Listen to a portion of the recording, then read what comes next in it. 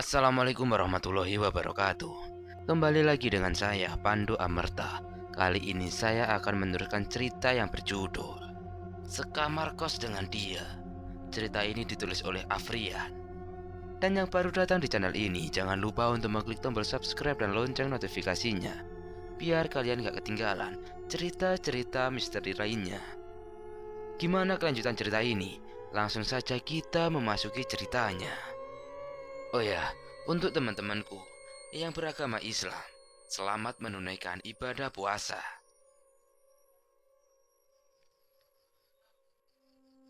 Ya, ternyata pikiranku salah. Setelah bau menyengat dari ubi bakar itu muncul tiba-tiba dari arah kamar yang ada di depanku. Pintunya terbuka dan pelan-pelan ada sosok yang keluar dari kamar itu. Dan ternyata sosok yang keluar itu adalah sosok berbadan besar, berwarna hitam dan berbulu, dengan gigi taring yang panjang dan sepasang mata berwarna merah, kuku tangan yang panjang. Sosok itu hanya memandangiku dari depan kamar. Dia muncul. Terdengar suara gerangan kecil dari sosok itu. Aku yang sangat terkejut dengan kemunculan sosok itu hanya bisa diam seperti patung tanpa bisa bergerak sedikit pun. Entah tubuhku merasa lemas atau kaku, hingga sama sekali tidak bisa kugerakkan. Makhluk itu mulai bergerak menghampiriku.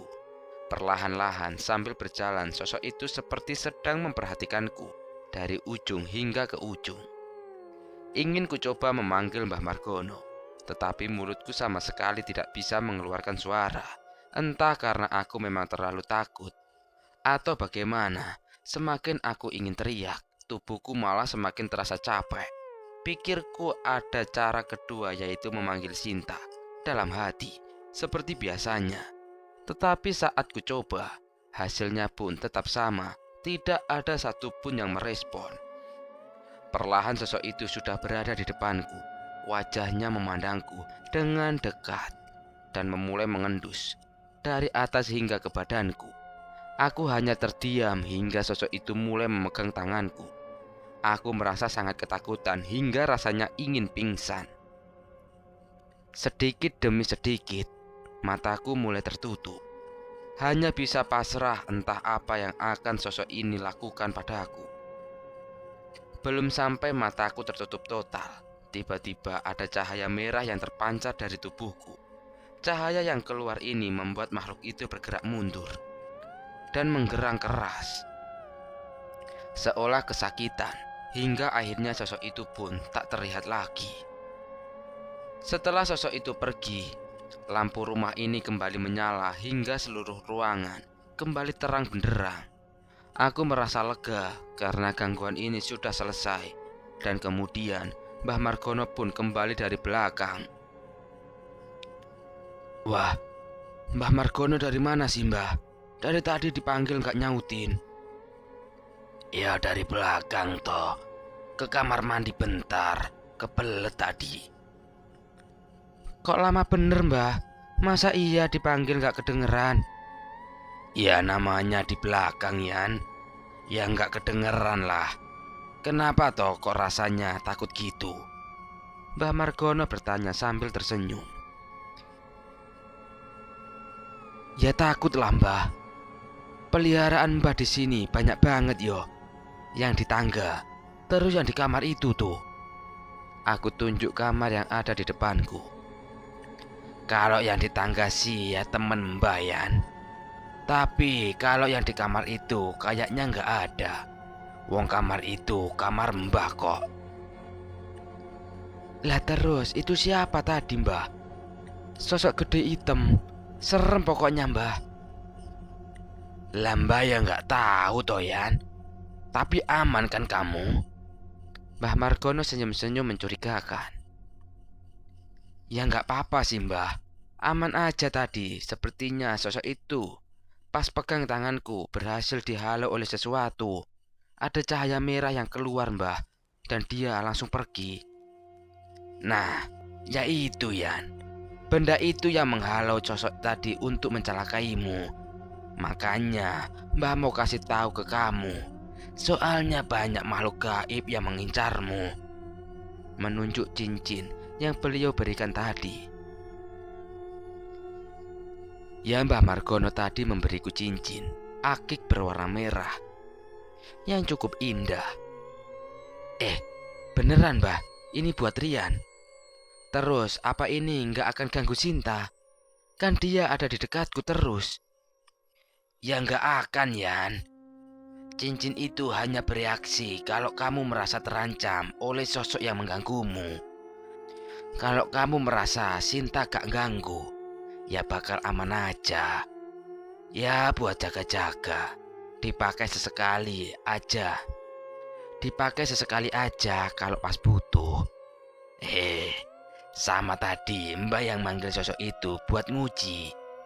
Dan dia memang bukan peliharaan Mbah, tapi aman kan? Makasih deh Mbah, jadi ngerepotin nih.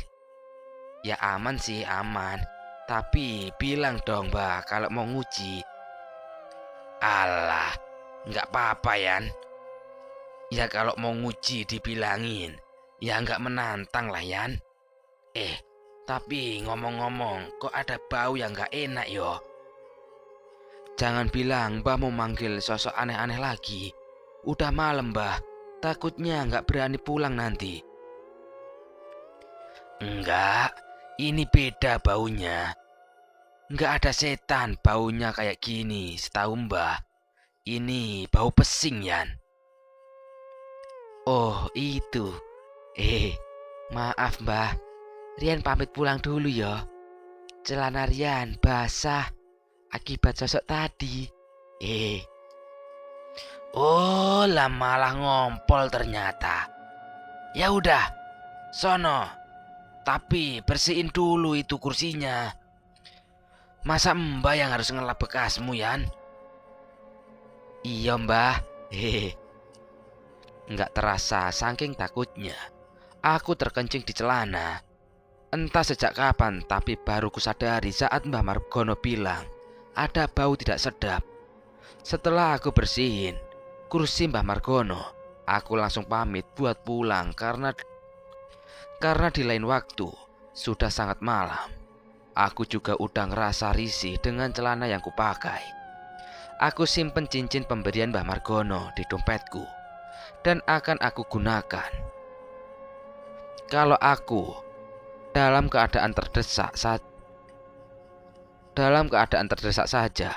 Dan saat aku pulang, aku harus melewati lapangan yang dulu pernah kuceritakan, di mana di sana ada sebuah sosok gaib berbentuk orang-orangan sawah. Aku berjalan melewati lapangan itu. Aku mencoba menahan pandanganku untuk tidak melihat ke arah lapangan. Entah kenapa, walau aku sudah tahu di sana pasti akan ada sosok yang mengawasiku sejak kecil, dan jelas itu membuatku takut. Tapi sugesti dari otak selalu mengatakan untuk menengok ke arah lapangan, karena sugesti dari otak begitu besar membuatku menjadi penasaran. Dan sudah tidak bisa lagi, dan aku mulai mengarahkan pandanganku ke arah lapangan. Dan masih sama dengan kejadian dulu, sosok orang sawah selalu muncul dan berusaha untuk mengikutiku. Kulihat dia mulai berjalan dengan menggoyangkan badannya ke kanan ke kiri, sehingga sedikit demi sedikit dia mulai mendekat. Karena dengan wujud yang seperti itu membuatku tetap takut. Dan karena celana yang aku pakai basah dan udara sangat dingin, ditambah lagi ada sosok yang membuatku takut. Entah kenapa terjadi, untuk kedua kalinya aku kencing di celana sambil berlari karena melihat sosok itu semakin dekat. Sesampainya di depan rumah, aku langsung masuk. Tapi kali ini aku tidak masuk lewat ruang tamu, tapi aku masuk lewat garasi, sekalian untuk mengambil handuk yang aku jemur di garasi rumah. Malu kan sama orang rumah kalau aku ketahuan ngompol. Langsung aku ambil handuk dan hendak ku lepaskan celanaku dan aku ganti dengan handuk. Tapi lagi-lagi sosok yang biasa mengikutiku dan suka iseng tiba-tiba muncul. Sinta, biasaan deh. Kalau mau muncul jangan dadakan gitu. Kasih tanda lah, kayak dulu. Pasti ada wangi-wangi kalau kamu mau muncul. Hihihi. Dengan polosnya dia hanya tertawa kecil dan berlalu pergi. Asem batinku. Kecolongan lagi sama Sinta. Udah kebuka semua celana. Belum sempet juga ditutup handuk. Dia malah nongol. Setelah Sinta pergi, langsung aku bergegas memasukkan celanaku ke dalam mesin cuci supaya orang rumah gak ada yang tahu. Setelah beres dengan urusan celana basah, aku menuju ke kamar, hendak memakai celana yang baru. Di sana sudah ada Sinta yang berbaring sambil senyum-senyum melihatku. Apa kamu senyum-senyum? Dah, sana pergi dulu. Aku mau ganti celana. Emangnya kenapa? Pakai tanya lagi. Buruan sono ah. Keburu tambah keriput nih telurnya. Nggak ada yang angetin. Udah gede kok ngompol. Ganteng sih, tapi hobi ngompol, goda Sinta setelah tahu aku ngompol. Udah, buruan sana keluar dulu. Dadah, tukang ngompol. Jangan lupa pakai popok. Sinta perlahan pergi sambil mengejekku. Setelah semua beres dan karena malam semakin larut, aku putuskan buat tidur. Soalnya besok Minggu aku akan berangkat lagi ke kos. Soalnya Senin udah mulai kuliah. Tidurku kali ini sangatlah puas. Tak ada gangguan dari setan atau gangguan Sinta. Yang selain Sinta kadang suka masuk mimpiku. Dengan suasana yang sangat bagus dengan tempat yang indah. Kadang juga dia suka iseng dengan membuat mimpi yang agak aneh. Jadi aku nggak bisa membedakan itu keusilan Sinta atau memang mimpi buruk. Untuk kalau cuma mimpi buruk, kalau gangguan lagi dari setan gimana? Malam pun sudah berganti dengan pagi hari. Namun sayangnya pagi hari ini tidak secerah pagi biasanya. Kabut turun walau sudah masuk jam 6 pagi. Kemudian diikuti dengan turunnya gerimis. Hawa di desaku menjadi terasa sangat dingin. Dengan keadaan yang masih dingin, aku jadi enggan untuk beranjak dari kasur. Aku berbaring di kasur sambil main HP. Dan sempat aku mengirim chat ke Vita untuk mengabari kalau hari ini aku akan berangkat lagi ke kos. Tapi setelah ditunggu beberapa menit, dia tidak kunjung membalasnya. Pikirku, mungkin dia masih beberes rumah. Saat sedang asik bermalasan di kasur, tiba-tiba Sinta mengintip dari sudut pintu yang memang sengaja tidak aku tutup. Dia mengintip sambil tersenyum. Senyumannya tidak biasa. Dia tersenyum seperti sedang mengajakku. Dan kemudian dia menghampiriku sambil cengar-cengir. Kenapa kamu cengar-cengir gitu? Apaan yang lucu? Bentar, aku lihat dulu di balik selimutmu. Basah enggak? Dia menarik selimutku sambil cengengesan. Apaan sih, Tah? Dingin tahu. Oh, enggak basah ya? Kirain ngompol lagi. Mau aku mandiin sekalian, jawab Sinta dengan cengengesan. Dan dilanjut dengan tertawa kecil, seperti anak-anak yang puas ngerjain orang. Apaan sih kamu? Enggak lah. Kemarin saking kepepetnya, enggak ada WC, dan udah enggak bisa ditahan. Ilih, alasan aja. Dasar cowok penakut. Badan gagah, tampang, ya lumayan lah. Sayangnya ngompol. Kali ini dia kegirangan. Dan aku jelas kenapa bisa aku sampai ngompol. Dan tetap aja dia menanggapi dengan candaan. Setelah mengobrol sama Sinta, ternyata jam sudah menunjukkan jam 8. Dan aku bergegas menyiapkan barang-barang yang akan aku bawa ke kos. Setelah semua barang sudah siap dan aku segera pamit ke bapak dan ibu untuk berangkat ke kos. Aku berangkat sekitar jam 8.30 dan berencana akan mampir dulu ke rumah Vita untuk sekedar pamitan. Laju motor aku pacu standar. Karena gerimis juga belum reda, yang ada malah tambah deres. Setelah hampir sampai rumah Vita, aku memperlambat laju motorku untuk segera berhenti. Tapi sebelum itu, dari kejauhan aku melihat Vita sedang berada di pinggir jalan, seolah sedang menunggu seseorang. Dan benar saja, dari kejauhan aku melihat ada seseorang laki-laki menggunakan motor berhenti di depannya. Dan dia langsung naik berboncengan dengan laki-laki itu. Hatiku sangat terpukul saat aku amati. Ternyata laki-laki itu adalah laki-laki yang sama aku temui dengan Vita saat di time zone. Refleks aku tutup kaca helm yang kebetulan gelap, lalu aku pacu motorku kencang. Dan saat di depan mereka langsung aku geber motorku yang kebetulan memiliki suara kencang. Terlihat wajah kaget di muka mereka. Tanpa menggubris mereka, aku langsung pergi dengan motorku yang aku pacu kencang. Aku baru teringat kata-kata Sinta kalau aku akan kembali merasakan hal yang tidak aku sukai, yaitu kehilangan seseorang yang aku cintai. Dan kembali aku protes kepada Sinta, kenapa dia tidak memberitahuku yang akan terjadi secara detail. Dan dia tetap dengan jawaban yang sama. Dia tidak berani mendahului kehendak Sang Pencipta. Dengan guyuran air hujan seolah alam mengetahui suasana hatiku, aku terus melanjutkan perjalananku ke kos. Aku masih belum percaya dengan apa yang aku lihat.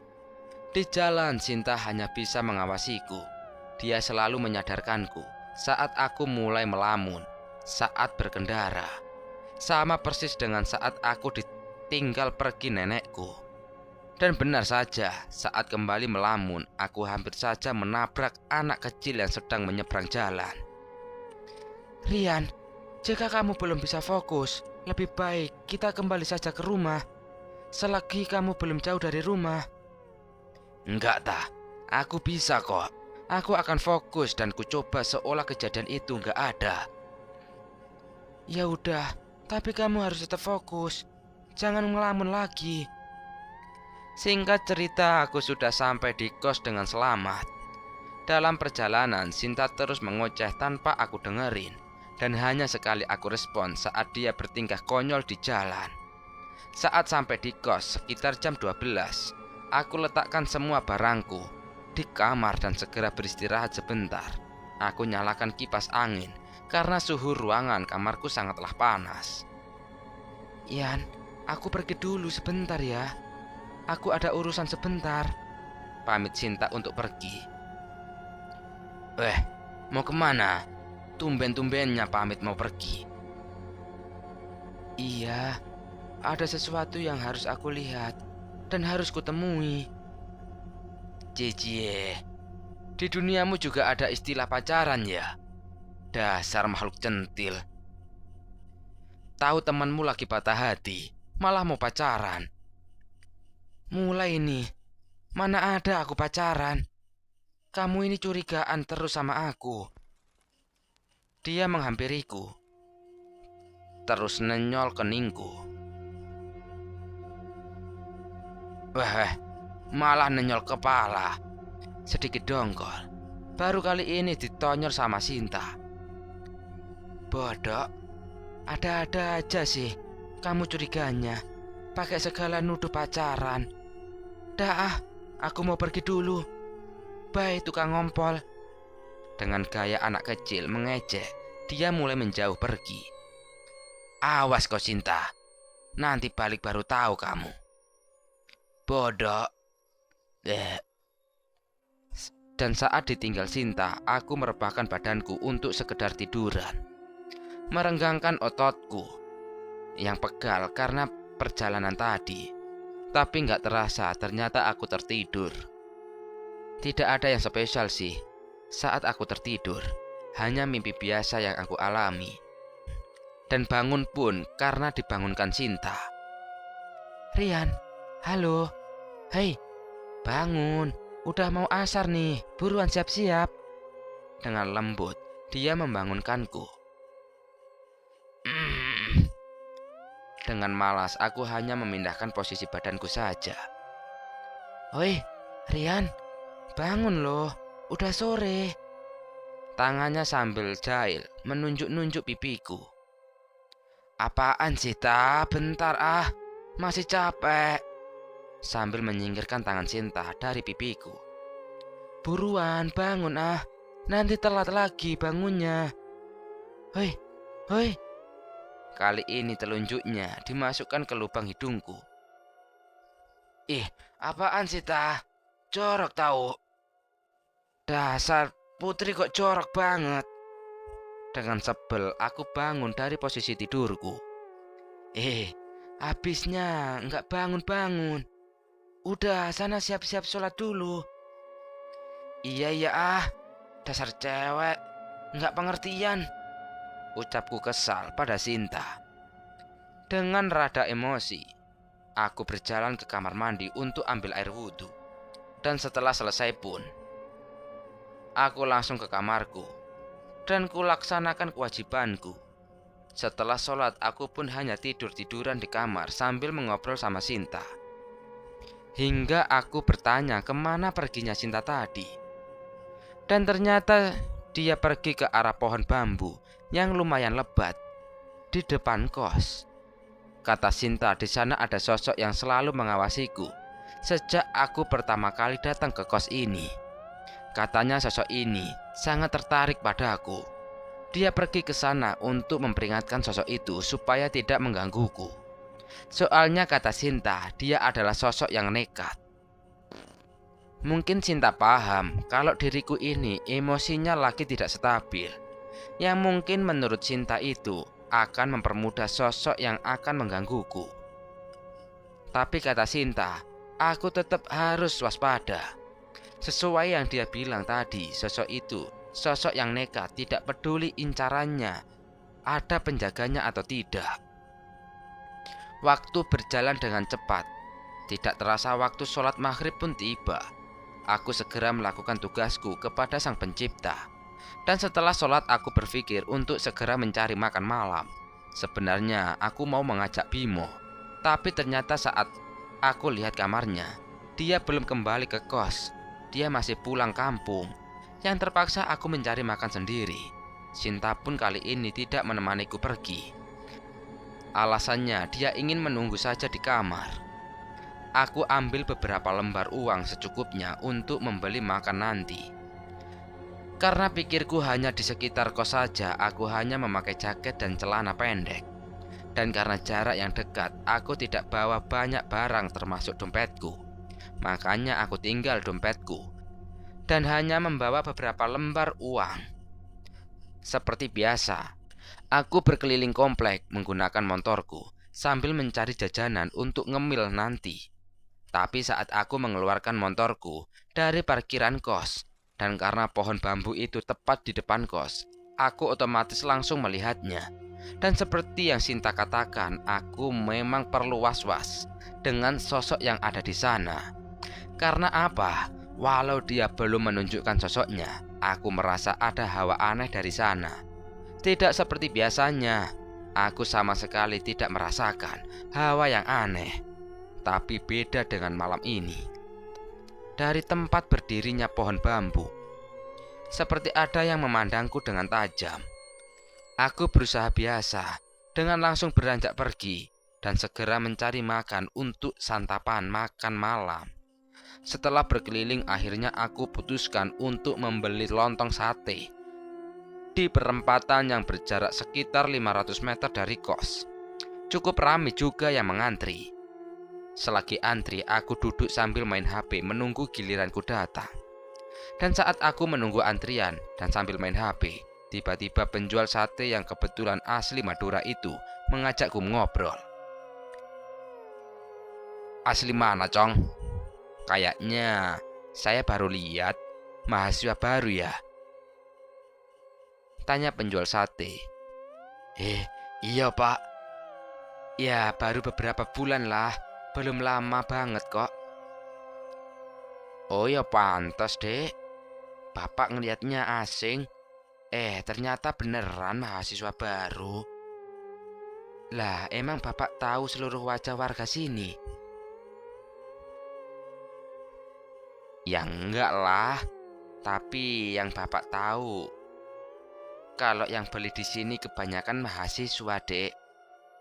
Ya memang, yang beli di Bapak ini memang kebanyakan mahasiswa, karena harganya murah, yang cocok dengan dompet mahasiswa, ditambah rasanya yang enak. Oh gitu ya Pak. Dek, ngekos di mana? Itu Pak, di sana. Kos-kosan yang setelah pertigaan itu belok kanan. Sambil aku tunjukkan arah kos-kosanku. Oh, di sana toh. Ya, deket ya. Dulu saya juga jualan di pertigaan itu. Tapi ya, sekarang di sini aja. Kata-katanya terhenti, seolah ada yang disembunyikan. Lah, malah bagus di sana kan, Pak? Nggak kalah rame. Lagian juga banyak yang seliweran di sana. Ya iya sih, Dek, tapi ya di sini gak apa-apa kok. Bapak itu menjawab dengan nada yang membuatku penasaran dan yakin bapak ini menyembunyikan sesuatu. Dan setelah mengobrol cukup lama, akhirnya pesananku pun jadi dan segera aku ambil lalu pergi pulang ke kos. Tapi saat akan pulang, bapak penjual sate itu kembali berhasil membuatku penasaran. Dek, hati-hati ya di jalan, tetap waspada. Iya Pak, tenang aja. Memang kenapa sih? Kok kayaknya Bapak mau menyampaikan sesuatu? Nggak ada. Yang penting tetap hati-hati, jangan lengah. Sampai kos langsung masuk aja, nggak usah peduliin sekitar. Karena aku merasa aneh dengan omongan Bapak. Dengan omongan bapak-bapak itu, aku langsung tinggalkan saja dan segera bergegas untuk pulang. Di perjalanan pulang sih masih aman-aman aja. Belum ada gangguan apapun kecuali gangguan dari perkataan bapak tukang sate tadi yang masih terngiang di telingaku. Sebenarnya apa maksud perkataan bapak tadi? Apakah bapak sate tadi mengetahui kalau pohon bambu di depan kos itu ada penunggunya? Apa karena itu juga dia pindah dari tempat mangkalnya yang dulu di pertigaan sebelum pohon bambu itu? Soalnya jarak antara pertigaan dan pohon bambu memang tidak jauh, hanya beberapa puluh meter saja. Setibanya di pertigaan menuju kosku, hawa aneh itu muncul dan kali ini lebih kuat. Tidak seperti tadi saat aku berangkat. Suasana yang tadinya tenang dan hanya dihiasi suara motor yang berseliweran, 1-2 motor. Tiba-tiba muncul angin yang hanya di daerah situ saja. Lalu ku parkirkan motor di parkiran kosku. Karena aku masih penasaran, aku tidak langsung masuk ke kos, tapi aku melihat sekitarku dan mengabaikan pesan bapak tukang sate tadi. Aku melihat ada kucing lewat yang dengan gerak-gerik aneh, seolah dia melihat sesuatu di pohon bambu. Sambil berjalan, dia selalu berhenti sekejap, lalu menengok ke arah pohon dan berjalan lagi, begitu seterusnya, hingga akhirnya kucing itu pergi. Sesaat setelah kucing itu pergi, tiba-tiba aku mencium bau yang sangat menyengat. Bau darah menyengat aku cium entah dari mana asalnya. Semakin lama bau itu tercium, semakin jelas. Dan dari arah pohon bambu itu ada suara yang dihasilkan oleh tibuan angin lokal. Bukan kentut ya, alias angin yang hanya ada di situ saja, yang membuat pohon bambu itu bergoyang. Semakin lama bukannya aku takut, entah kenapa malah aku tambah penasaran dengan apa yang sedang terjadi. Bau darah yang tadi sudah tercium sangat pekat, kali ini bertambah lebih pekat lagi dan membuat aku semakin mual. Kali ini bulu kuduk sudah mulai berdiri dan aku mulai melihat dan memastikan sebenarnya ada apa sih di pohon bambu itu. Dari arah sana berhasil mencuri perhatianku.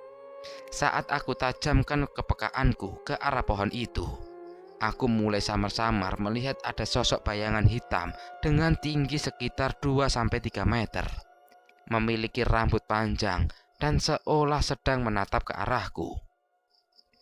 Aku melihat sosok itu mulai bergerak, maju ke arahku. Karena di sana gelap, jadi aku belum bisa memastikan sosok apa yang ada di sana. Tapi saat sosok itu mulai mendekat, dan sedikit demi sedikit terkena cahaya lampu rumah, betapa terkejutnya aku saat itu. Aku berusaha mengambil cincin yang diberikan Mbah Margono. Aku berusaha mengambil cincin yang diberikan Mbah Margono kemarin. Tapi saat ku cari di jaket yang kupakai, aku tidak menemukannya. Aku baru ingat cincin itu aku simpan di dompet, yang ternyata tadi aku tinggal di dalam kos. Sosok itu pun mulai mendekat dan terlihat jelas. Dan ternyata sosok itu adalah